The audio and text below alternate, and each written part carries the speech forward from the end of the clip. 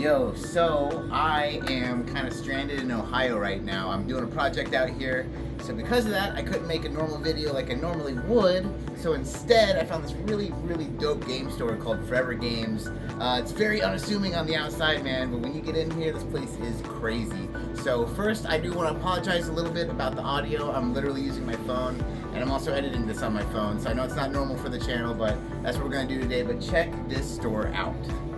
So, like I said, man, on the outside, this place is super unassuming. It's kind of in a like a little shopping kind of arcade situation, but it's just real plain Jane, man. It just, simple sign, little tiny sign in the window, but when you go in, this place is absolutely amazing.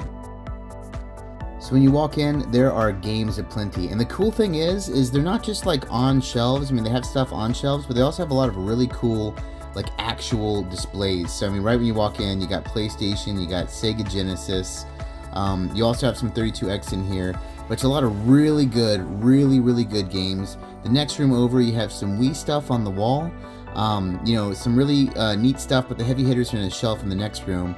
A whole PlayStation 2 cabinet, which is amazing. I mean, they had games upon games in here.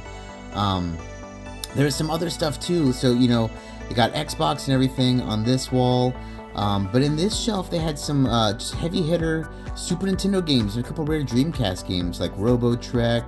They got Chrono Trigger, Mario RPG, Final Fantasy 3, which they also had in the case up front. Some really cool rare NES games. Like I said, some cool Dreamcast games. A lot of variety, a lot of box stuff. A whole big cabinet full of Game Boy and NES games. On top of that, they also had some DS games, some 3DS games. I mean, just stacks on stacks. A whole dedicated shelf to Switch, with even some collector's editions in it. So, it's really cool that they have some collector's edition stuff. Some of it was sealed, some of it unsealed. It just keeps on going, though. I mean, this place seems like a small space, but it is large and in charge. I mean, Xbox, Sega, boxed consoles, all sorts of crazy stuff. One thing I really liked about the store is not only do they have the regular, big glass display up front, but they also had the stuff that you would normally see, like, console stuff, like the rare controllers and things that either Hyperkin makes or even official stuff in the back. Plus, of course, they had ways to clean and test everything. I mean, it just, like I said, this store it goes on and on, way more than you would think. They had some really neat box consoles, like I already said, some really cool rare, even PS4 games, and some reproduction boxes and things.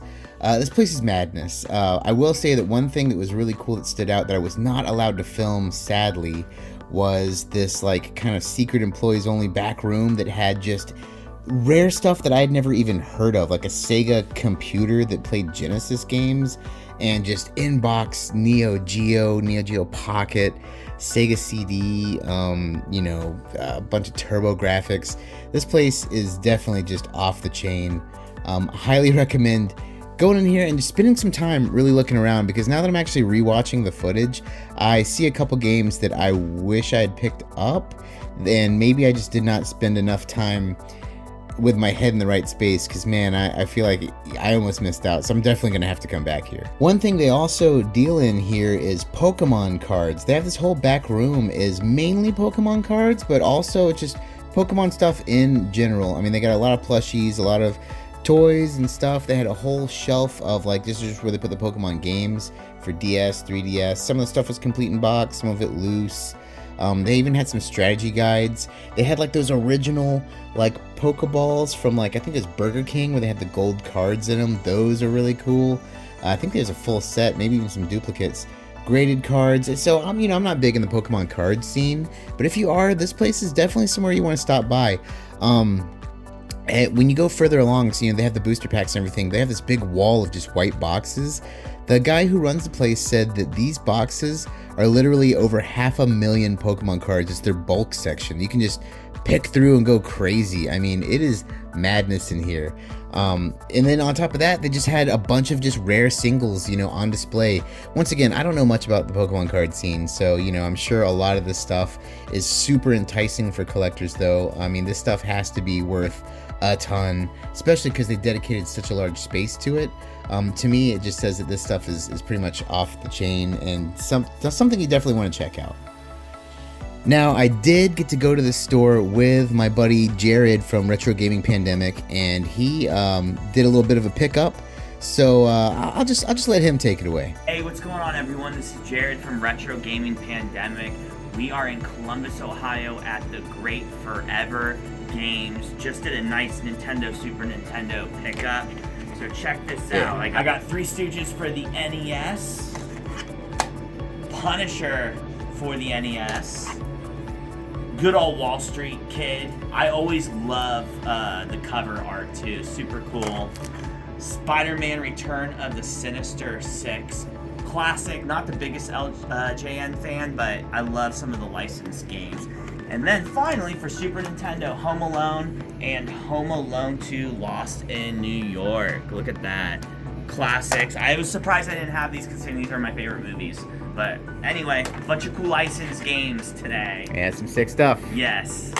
So that's the spot, man. Like I said, sorry for such a weird video. Sorry if the sound's odd and the editing's a little weird. Like I said, I'm kind of trapped for work right now, so I'm doing all this on my phone. But, you know, if you're in the Columbus, Ohio area, you need to check this place out. It is definitely a store worth checking out. I'm going to come back here. Like I said, after rewatching this, there's a couple things that I need to pick up for myself. But hey, let me know in the comments down below what you guys think of this place. If you're from the area, is this a spot that you frequent? You know, have you got any good deals here? Because I mean, the prices seem fair and the people seem awesome.